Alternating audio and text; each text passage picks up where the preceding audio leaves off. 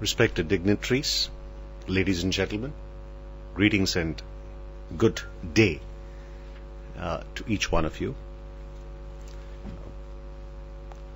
As a representative of Mahindras, it's a very special privilege to get invited to this event, and our association is as much emotional because at the last dialogue was preceded by an ASEAN-Indo car rally, and Mahindra's XUV 500 participated in that event, which was 31 XUVs went across 8,000 kilometers or 5,000 miles, transiting through 8 countries out of ASEAN and ending in Delhi. So there is a very emotional connect that Mahindras has to this platform, and very happy to be here, sir. Thank you so much for the invitation. I want to take a corporate perspective, and I would be biased by Mahindra as to how we see the vision can be implemented. A friend of mine who recently retired from the Ministry of External Affairs and is now based in Bombay, she told me, Vaidhi, it is for a good reason that the world is round. Because the world is round, every country becomes strategically important to every other country. So, while trade goes back several centuries in this world, true globalization happened over the last 20 plus years with the boom in telecommunication and technology. But that had a little bit of a bump with the Asian crisis, but the 20 knots were a bit naughty on globalization. Two big events happened in that decade. One was the upsurge in terrorism, and the second was the global financial crisis. These two events made a lot of countries suddenly say that while they continue to present their face on globalization, the active steps seem to suggest that there is a step back, not exactly deglobalization, but there is a step back. There are attempts to ring fence, attempts to control. It is in this context that we believe that regionalization is an important intermediate step, and it would benefit a lot of countries get to globalization in a two-step process as opposed to a single step and be subject to the volatility. The Mahindra Group, very briefly about the group, I would describe the group as something which moves from no wheels, we make boats, to 4 wheels, to wings, we even make aircrafts. We do B2C, which is to consumer, B2B, which is to business, B2G, which is to government. We do work with government arms like the defense. But our approach has been almost aligned, and that's why internally we kind of joke about the fact that there is Government of India and there is Government of Mahindra, because our growth over the years has been aligned a lot to India's own strategic objectives. So our group happened just prior to independence, and we had the Jeep manufacturing license. Roads were not good, so you needed vehicles which could do on-road and off-road, so we stayed with Jeeps. As the focus went on to agriculture through the planning process, we got into tractors. We really started diversifying only in the 90s as the world globalized and India liberalized. And we got into what were important areas like financial services, IT, and then with the boom in the middle class, we went into areas like retail, we went into areas like real estate, building residential houses, affordable houses. We went into areas like timeshare holiday resorts. Over the last 10 years, we've also been growing globally, and our approach has been based on the strategic focus that India has been having. And we, over the last 2 or 3 years, are increasing our footprint in the ASEAN region. We now have a presence through either auto or tractor in 7 to 8 countries, and through our IT subsidiary, we have a presence in 5 countries. Our attempt is ASEAN as a region would be at least 5 to 10% of the group by 2021. And that's the picture that we see. For us, we identify the opportunity under 4 different buckets. In bucket 1, it is rural prosperity.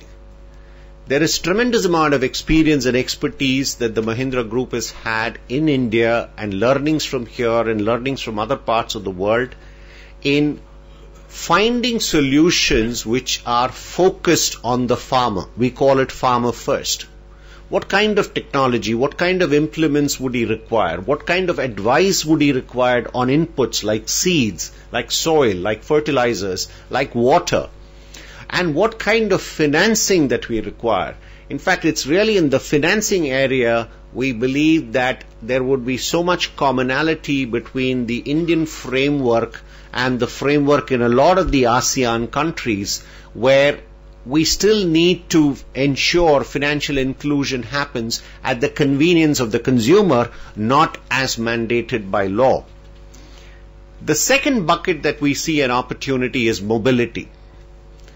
If you, Anand Mahindra in an address to the office said the direction for mobility will be changing because of the changed question that the consumer will ask.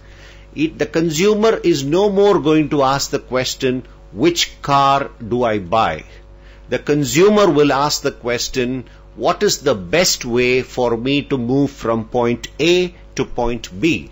So therefore, it just changes the paradigm of finding mobility solutions. It is not about one size fit all, I have this car, take it. It is about finding smart solutions which would be a combination of private and public transport and a combination of different modes of transport in the process.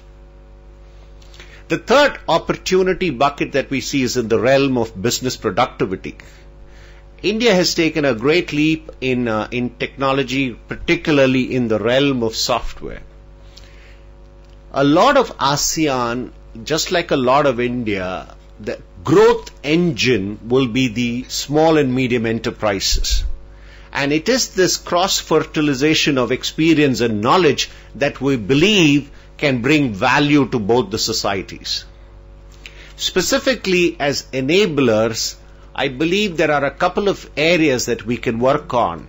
One, an important enabler of business is markets, and an important necessary evil of markets are regulation. And this is where financial regulatory experience or expertise can be exported across, and I call that duty-free, FREE, for financial regulatory expertise export. So there is an opportunity for a lot of exchange of notes between these countries to help build best practices. We don't necessarily have to mimic the Western models, because the capitalism is understood in this part of the world is not free market capitalism. It's a lot more what I would call societal capitalism. The fourth area where we see the opportunity is in urbanization. There has been an approach that the West has taken on urbanization. If you look at a country like the United States, save and except 15, 20 cities which have a lot of history, most other cities look similar.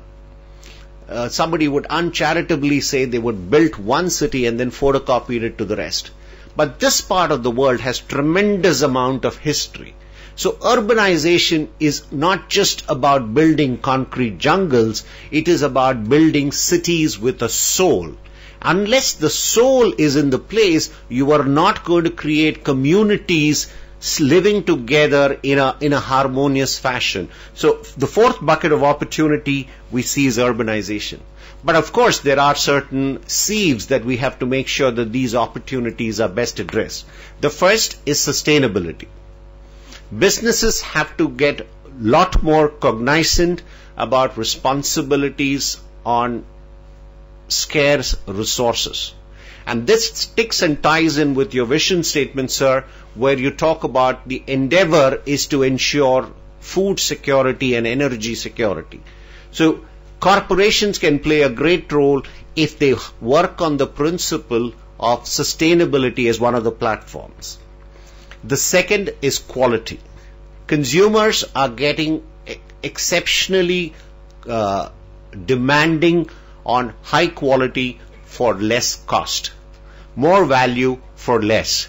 So this is not anymore, and across this region is a very young, very well informed audience. So they know what is best in class. So it is not about providing them cheap solutions, it is about providing them with effective, good value alternatives.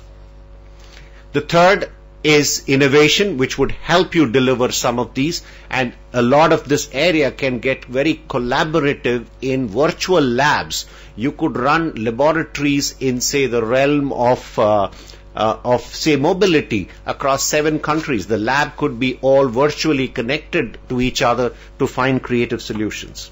And finally, the big focus should be on the bottom of the pyramid. A large parts of these societies have a number of deprived people who do not have access to a lot of the services. We need to very consciously find what I would call social entrepreneurs or business entrepreneurs who are modeled on delivering value to bottom of the pyramid on business principles, not as just charity, because that is not a self-sustaining model. You need to find those business models which will drive focus to the bottom of the pyramid, but on complete business principles.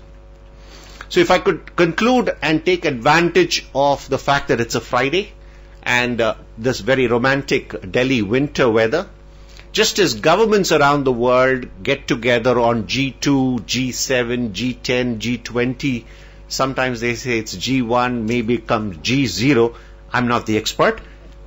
I would say that maybe this forum could create a B10 or a B12 of about 10 to 12 business corporations from the region, mandate them to come as a team, because progress happens not based on what we do with each other, because that is very transactional. Progress happens when what we do together. That's relationship building. I believe there is a significant business opportunity if we can find the right models, because there is a felt need. So the challenge really is, how do you come together to find those solutions? With that, I rest my case, and thank you so much for your patience.